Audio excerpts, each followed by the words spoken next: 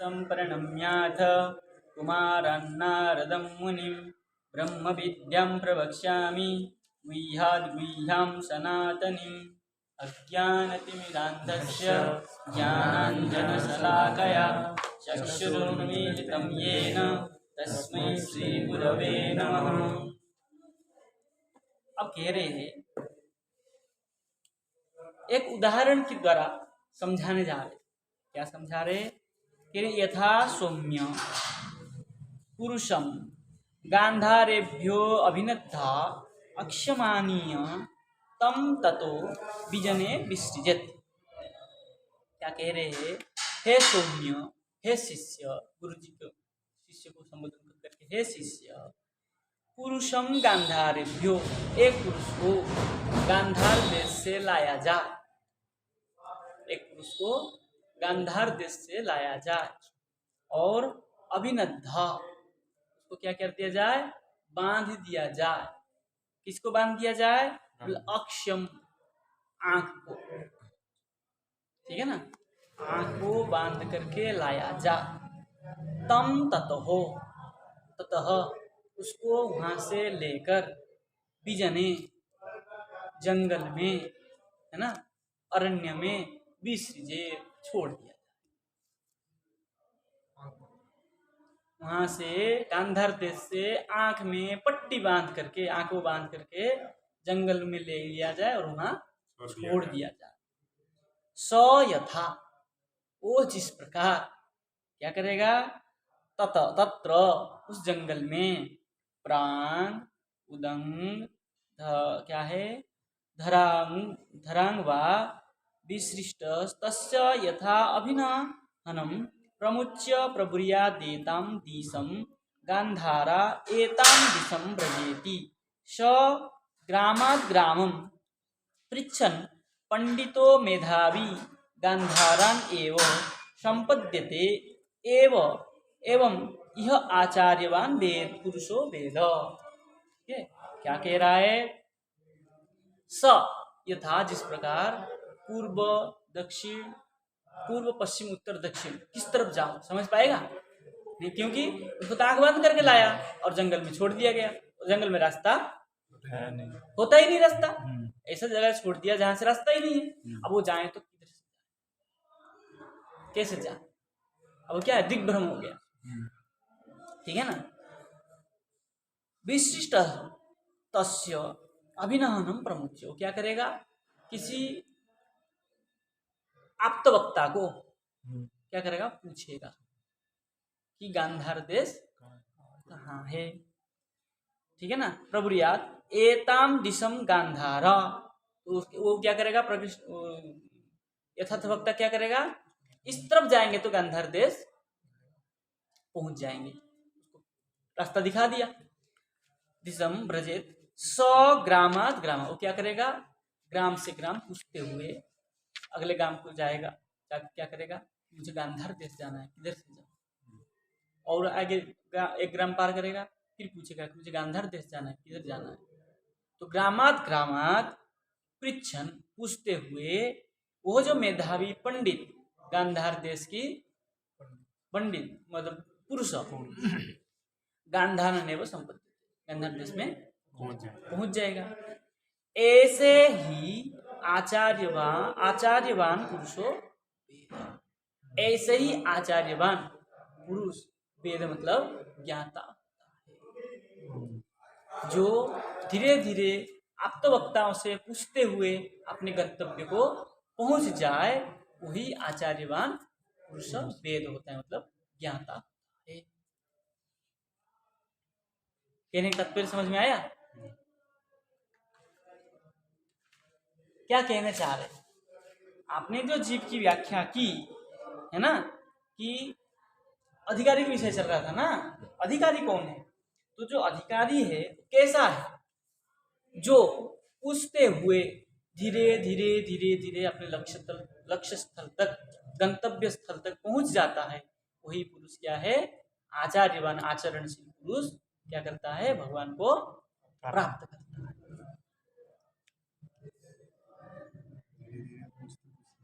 धीरे धीरे गुरु से पूछता गया कि गुरुजी मैं इतना भजन करता हूँ, कुछ नहीं हो रहा है। गुरुजी के और थोड़ा बढ़ाओ, थोड़ा और बढ़ाया, और बढ़ाने के बाद गुरुजी मैं तो इतना भजन करता हूँ लेकिन मुझे इस तरह का दृश्य दिखता है। तो गुरुजी ने कहा इस ये और मंत्र लो। गुरुजी ने और एक मंत्र दिया, इस मंत्र को जप करो, उसको इतना जितना जपते उतना जपो, इसके साथ इस मंत्र को ही जप करो, ठीक है ना। फिर और एक मंत्र मिला, उसको भी जप किया। गुरुजी इस मंत्र को जप करने से मुझे ये दर्शन हुआ, ठीक है तुम अब इस मंत्र को जप करते हुए इस मंत्र को जप करो और ये ग्रंथों को अध्ययन करो, ठीक है ना। और उन्होंने अध्ययन को किया, ग्रंथों को अध्ययन किया। अध्ययन करने से क्या हुआ, उन्होंने लीला में वो प्रवेश होता है, ठीक है ना। तो क्या हो गया, एक दिन भगवत प्राप्त हो गया। कैसे, धीरे धीरे पूछते पूछते पूछते पूछते अपने गंतव्य स्थल तक पहुंचता है। प्राचीन काल में हमारा ये जो स्थान है जहाँ हम बैठे हैं, ये स्थान इसके लिए ही था। केवल यहाँ इष्ट गोष्ठी होती थी। इष्ट गोष्ठी समझते हैं? जैसे जो अच्छे अच्छे संत होते थे अपने भजन की अनुभूतियों को प्रकाशित करते थे। ये कोई आश्रम नहीं था, ये गोपीनाथ बाग, गोपीनाथ जी का बगीचा में एक उच्च स्थल था, उच्च भूमि, और कुछ पेड़ थे। उस छाया में बैठ करके सिद्ध माधवदास बाबा जी के सामने बैठ करके, क्योंकि वो सिद्ध पुरुष थे इसलिए उनके सामने बैठ करके क्या करते थे, इष्ट गोष्ठी करते थे। वो सबका समाधान बताते थे।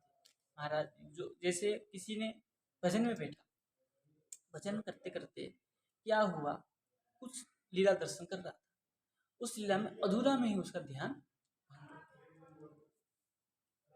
तब महाराज जी बताते थे उपाय कि तुम्हारा कमी कहाँ है, क्यों भंग हुआ, कारण उसको सबके सामने विचार किया जाता था। ये सब मिलकर के महाराज जी क्या करते थे, उसको निष्कर्ष देते थे कि ये तुम्हारा गलती होने से ये हुआ, इस गलती को तुम सुधारो।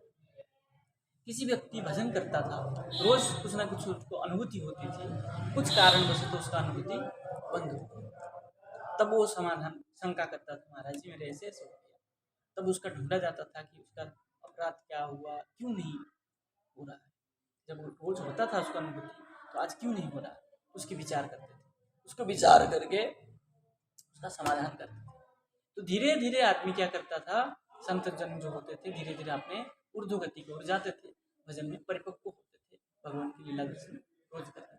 क्या है, धीरे धीरे पहुंचने की मार्ग। आज दीक्षा हुई कल भगवान मिल जाएंगे, ऐसा नहीं है।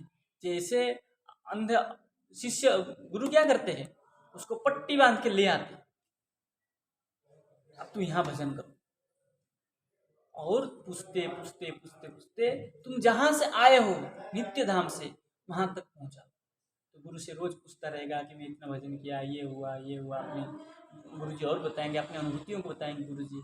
ऐसे गुरु शिष्य में वो क्या है, पूछना और बोलना, पूछना और बोलना। गुरु स्वतः कृपा करके कुछ बोलेंगे, धीरे धीरे क्या करेगा, वो अपने गंतव्य स्थल तक पहुंच जाए। तो गुरु जी क्या करते हैं, हमको आंख में पट्टी बांध के लाके दीक्षा दे देते हैं, लो तुमको दीक्षा दे दिया, अब इससे तुम धीरे धीरे अपने गंतव्य स्थल तक, ठीक है। देखिए इन्होंने कुछ लास्ट में दिखा है गांधार देश पहुंचता है, उसी प्रकार गुरु से सीख कर आचरण करने वाला पुरुष भगवान को जानता है। आचार्यवान पुरुषो, ठीक है। अब कह रहे हैं आपने ये तो बताया, लेकिन कैसा गुरु करना चाहिए और गुरु नहीं करने से दिक्कत क्या है, ठीक है ना, उसके ऊपर थोड़ा सा विचार करें। कह रहे नवीना गुरु संबंधम ज्ञानस्याधिगमः कृतः गुरुः पारयिता तस्य ज्ञानम प्लवमिहोच्यते।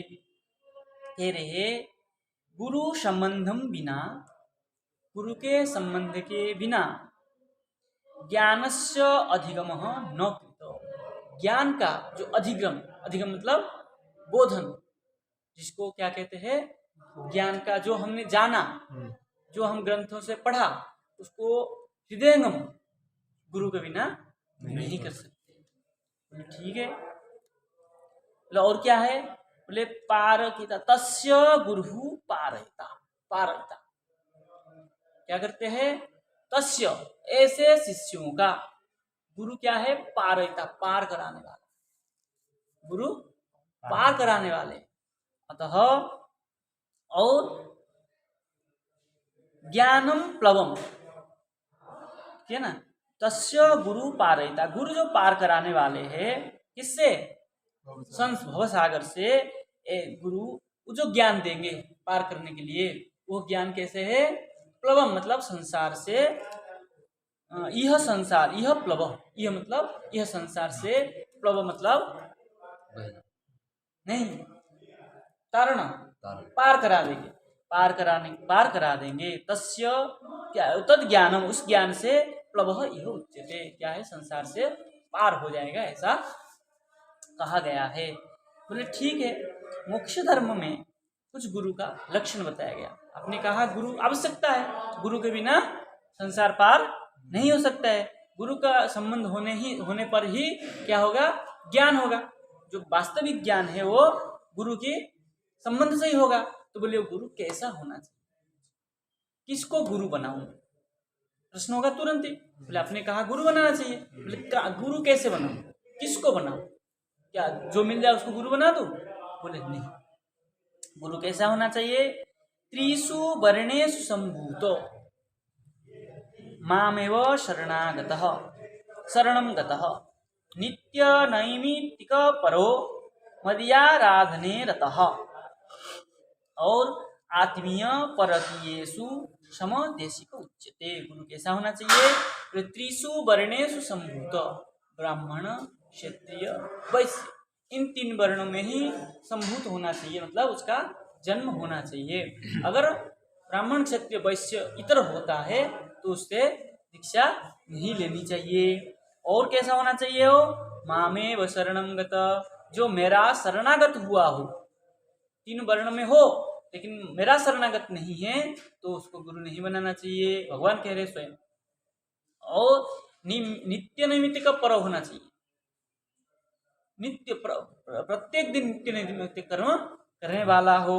और कैसा हो? मदीय आराधने रत, मेरा आराधन में रत हो, निरंतर अहर्निश मेरा आराधन ही करता हो, ठीक है ना, भगवान का आराधन ही करता हो। आत्मीय परकीयेषु, मेरा और जो दूसरे का है उसमें समभाव रखता हो। आत्मीय परकीयेषु सम, जो मेरा है और जो दूसरे का है उसमें समान भाव रखता हो, उसी को देशिक कहते। देशिक मतलब गुरु, गुरु को ही पर्यायवाची शब्द है देशिक, देशिक शब्द, ठीक है ना, देशिक उच्यते, उसको ही गुरु कहा जाता है। और कह रहे हैं आचार्य वेद संपन्नो विष्णु भक्तो विमत्सरः और मंत्रज्ञ मंत्र भक्तस्य सदा मंत्राश्रय शुचि। और कैसा हो? आचार्य हो, आचरणशील हो और वेद संपन्न, शास्त्र ज्ञाता हो, शास्त्र को जानने वाला हो, विष्णु भक्त हो, है ना, विष्णु का भक्ति करने वाला हो, और विमत्सर, मत्सर रहित हो, किसी को ईर्ष्या द्वेष न करता हो, ठीक है ना। और कैसा हो? मंत्रज्ञों, मंत्र को जानने वाला हो, मंत्र भक्त, मंत्र को जानता है लेकिन मंत्र में भक्ति नहीं है, श्रद्धा नहीं है, तब भी वो गुरु योग्य नहीं है। मंत्र भक्त भी होना चाहिए और मंत्र के आश्रय में ही रहता हो, सदा मंत्राश्रय शुचि, और सदा मंत्र का आश्रय रहता हो, आश्रित होकर रहता हो, और शुचि भी हो, पवित्र भी हो, अशुचि नहीं रहता हो, हमेशा शुचि शुद्धता में रहता हो, ठीक है। और कह रहे हैं गुरु भक्ति समायुक्त, और आपने गुरु का भक्ति भी करता हो। और कैसा हो? पुराणज्ञ विशेषतः, पुराण को भी जानने, विशेष रूप से पुराण को भी जानने वाला हो, एवं लक्षण संपन्न, इस प्रकार जो लक्षण संपन्न होता है गुरु इत्यभिधीयते, उसी को गुरु कहा जाता है। किसमें लिखा है? मोक्ष धर्म में लिखा हुआ, भगवान स्वयं कह रहे, भगवान की वाणी, ठीक है। अब कह रहे ऐसा तो गुरु करना चाहिए, कैसा गुरु नहीं करना चाहिए? मान लीजिए ऐसा लक्षण वाला नहीं मिला तो क्या करे? बोले नहीं मिला तो ऐसा गुरु ना करे। बोले भिन्नता वासितः स्तब्धो यथा पारम न गच्छति ज्ञानहीन गुरुं प्राप्य कृतमोक्ष कुतो मोक्ष मवाप्नुयात्।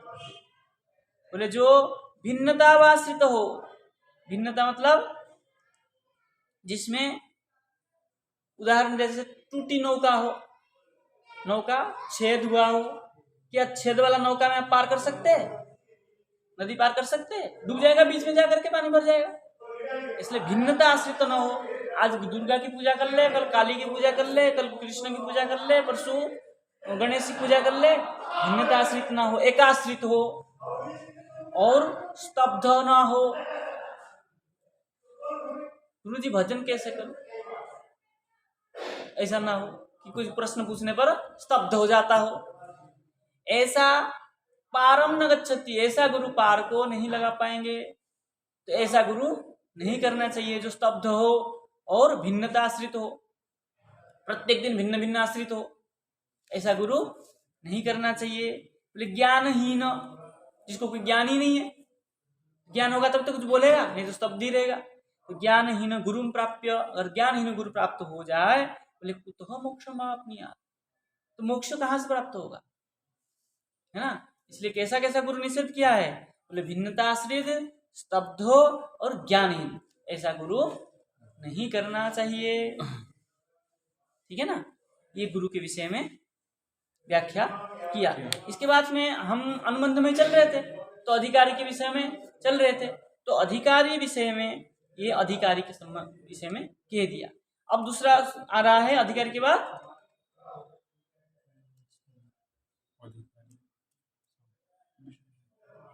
संबंध विषय प्रयोजन, है ना। अब संबंध के विषय में जानना चाहिए, तो संबंध के विषय में हम कल व्याख्या करेंगे। ठीक है ना। जय श्री राधे।